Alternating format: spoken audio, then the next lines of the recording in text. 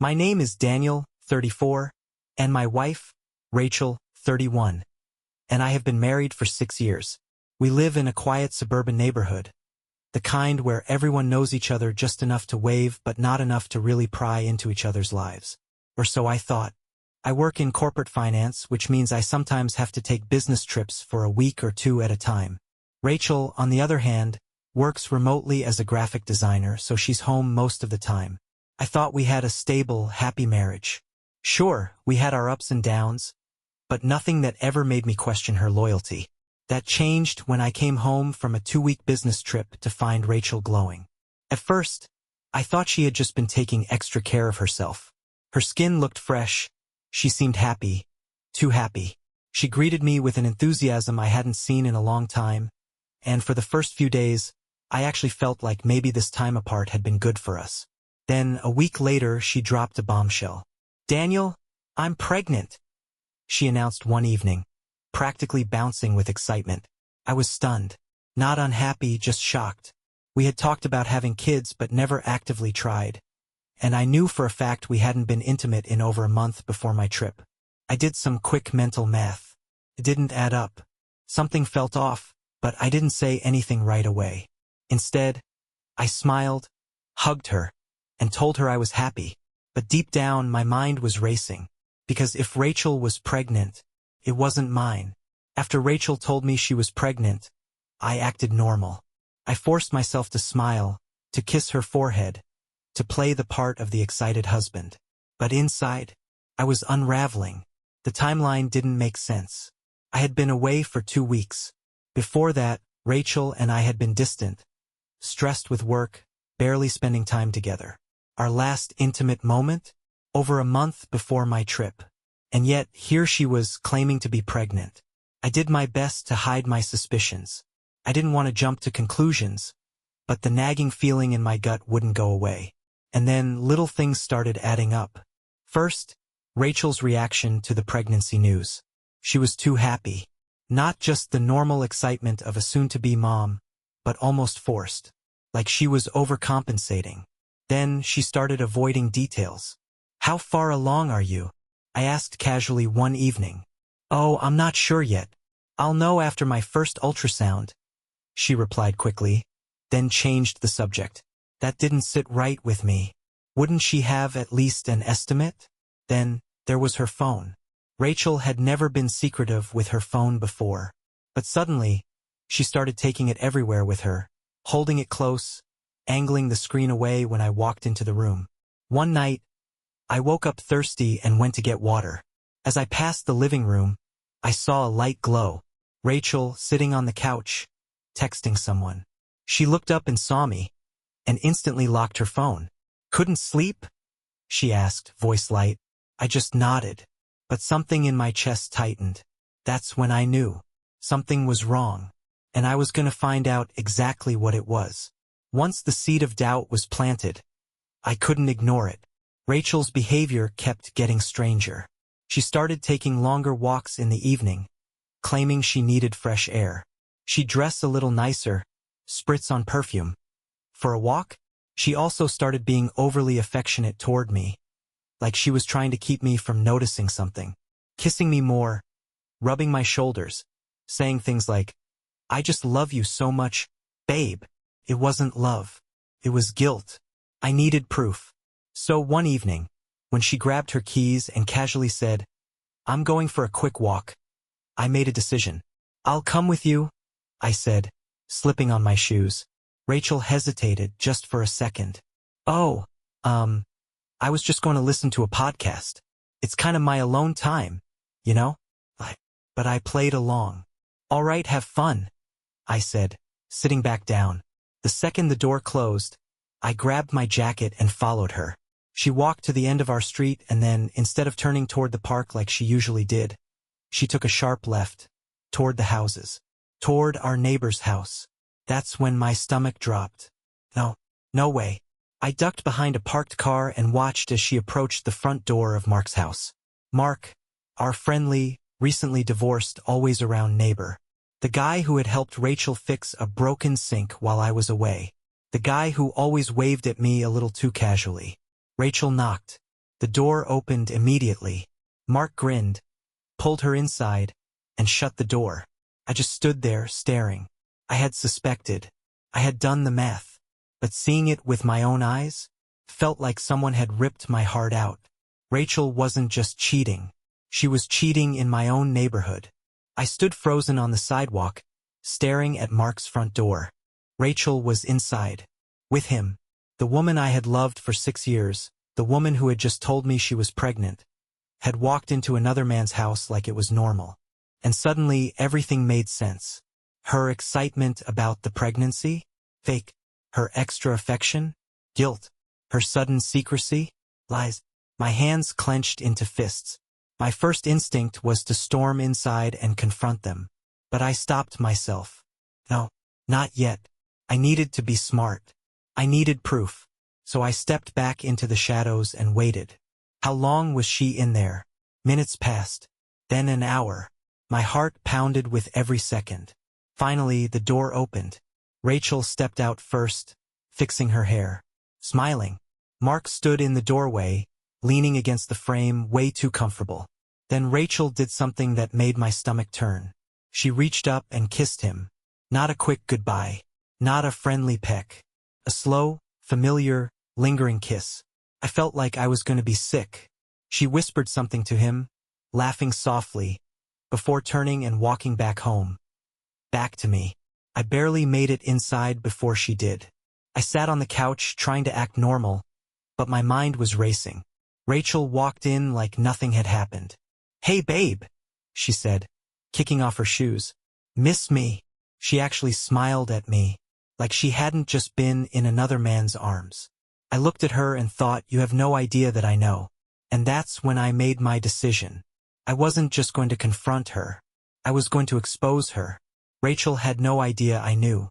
She sat down next to me on the couch, acting like nothing had happened. Like she hadn't just been in another man's arms. Like she hadn't kissed him. "How was your night?" she asked casually, stretching her legs. I forced myself to smile. I had to play dumb. "Uneventful," I said. "Just caught up on some emails."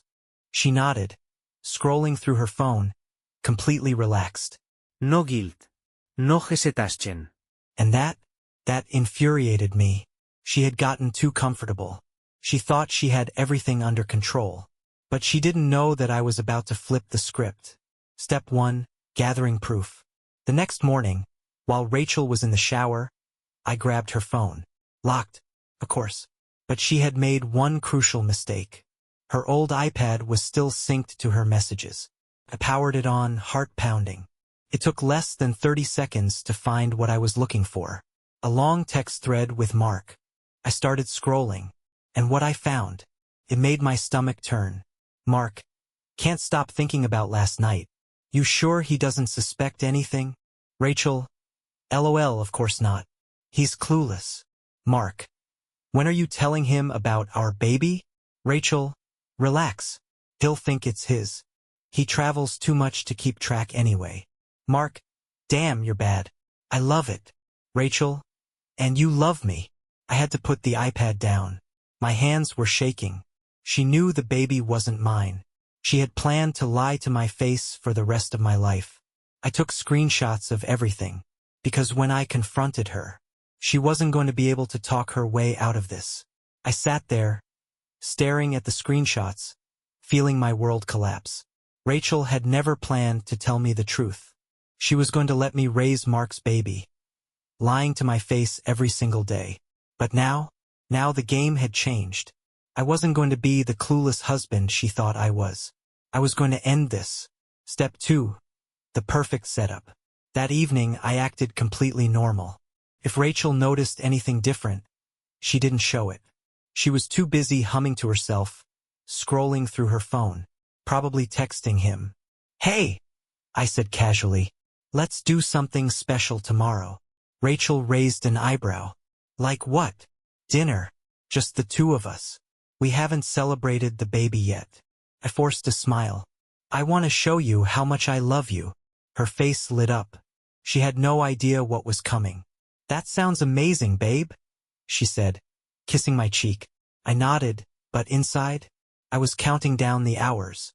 Because tomorrow night at that special dinner, I was going to expose everything. The next evening, Rachel was glowing. She had done her hair, picked out a nice dress, and looked genuinely excited for our special night. "You're being so sweet lately," she said, smiling as we got into the car. "I love this side of you." I forced a smile back. "Just want to make sure you know how much I appreciate you." She beamed, completely clueless. I had made reservations at an upscale restaurant, the kind we only went to on anniversaries. Rachel was eating it up, laughing, holding my hand, acting like the perfect wife. And the whole time, I sat there thinking, you have no idea what's coming. Step 3, the reveal. Midway through dinner, after she had her glass of wine and was completely relaxed, I pulled out my phone. "So, Rachel," I said, setting it on the table, "I've been doing some thinking about the baby." She smiled. "I knew you'd come around. I was worried you were acting a little distant. But, yeah." I cut her off. "I was distant because I was doing some math." Her smile faltered. "Math?" she repeated. I nodded and leaned in. "See, I realized something weird. The timing? It doesn't add up." So I did some digging. I unlocked my phone, pulled up the screenshots, and turned the screen toward her. Rachel's face drained of color. She stared at the messages, her own words, her own betrayal, right in front of her. "Care to explain?" I asked, voice calm. Her breath hitched. She blinked fast, like she was scrambling for a way out. "Daniel, She was trapped. And for the first time, she knew it. Rachel stared at my phone, her face pale as a ghost. Her own words were right there. The messages to Mark. The proof that she knew the baby wasn't mine. That she had planned to lie to me forever. She swallowed hard, then looked up at me, forcing a nervous smile. "Daniel, this isn't what it looks like." I laughed. "Oh, really?" I leaned back in my chair. "Because it looks like you've been sneaking around with Mark, carrying his baby, and trying to pin it on me." Rachel's eyes darted around the restaurant, suddenly aware that people were nearby. She lowered her voice. "Please, let's not do this here." "Oh, now you care about privacy?" I smirked. "You didn't seem to care when you were texting your little boyfriend about how clueless I was." She clenched her jaw. Then, just like that, the tears started. "Daniel, I'm so sorry," she whispered. "I made a mistake, but it didn't mean anything. I was lonely. You were always traveling." I held up a hand. "Don't. Just don't." Her crocodile tears weren't going to save her. I had already made up my mind. Rachel's lips trembled. "So what happens now?" she asked, voice barely above a whisper. I looked her dead in the eyes. "Now? Now we're getting a divorce." Rachel flinched like I had hit her. And just like that, the game was over. Rachel froze. Her mouth opened, then closed, like she wanted to fight back but couldn't find the right words.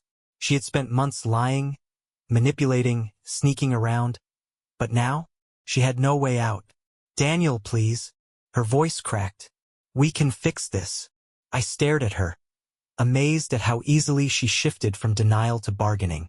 "Fix this," I repeated, raising an eyebrow. "Rachel, you were planning to let me raise another man's child. You kissed Mark in our neighborhood, walked into his house like you belonged there. You called me clueless while you carried his baby." I shook my head. "There is no fixing this." She grabbed my hand across the table. "I made a mistake," she whispered urgently. "I was scared, but I love you, Daniel." Ido. I pulled my hand away. No, Rachel. "You don't love me. You love getting away with things." Her face twisted in frustration. The fake tears were gone. "Fine," she snapped.